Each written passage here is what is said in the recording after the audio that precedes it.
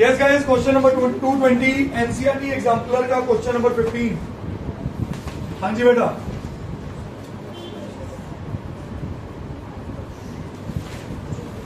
The angles of a triangle are x y and 40। ये अगर एक ट्राइंगल है, इसका एक एंगल x है, एक y है और एक 40 है, and the difference between the two angles x and y is 30। जब उसने ऐसे लिख दिया ना डिफरेंस बिटवीन टू एंगल्स, तो आपको दो केस बनाने हैं, x minus y and y minus x, कहते हैं x प्लस वाई है। बट इस केस में क्या होगा, x माइनस वाई या y माइनस एक्स, या दोनों दोनों। Is that clear? ओके, अब पहला case x plus y plus 40 किसके बराबर होगा? क्यू 180 angle sum property of triangle.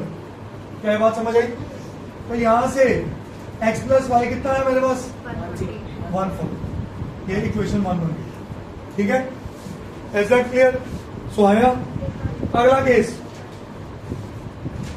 Case 1, if x is greater then y। उसने क्या बोला? The difference between two angles is 30। तो x माइनस वाई क्या बना बेटा? और ऊपर वाली इक्वेशन ले लो, x प्लस वाई कितना है? तो y और y कट गया, x प्लस एक्स कितना आया? तो x कितना बना? 85। अंडरस्टूड? अगर ये 85 को पुट करना है कि क्वेश्चन में, सो 85 माइनस वाई इज 30। तो 85 minus 30 is equal to y. तो वाई कितना आया? 55। कितना आया? अब इसी का केस 2 समझ लो।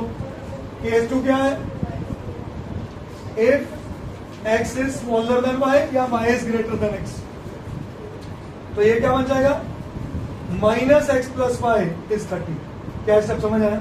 अक्सर हम लिखते हैं y माइनस एक्स, तो मैंने उसी को x आगे लिख दिया, y पीछे लिख दिया। ये बात समझ आई? x plus y is 140। ये भी समझ आई? अब कौन कटा? y plus y is equal to, तो y कितना आया? पुट कर दो एक इक्वेशन में।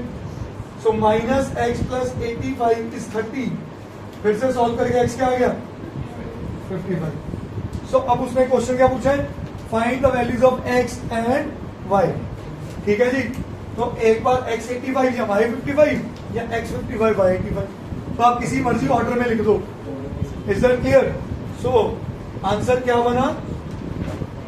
x 85 एंड y 55 और y 85 और x 55। करिए नोट।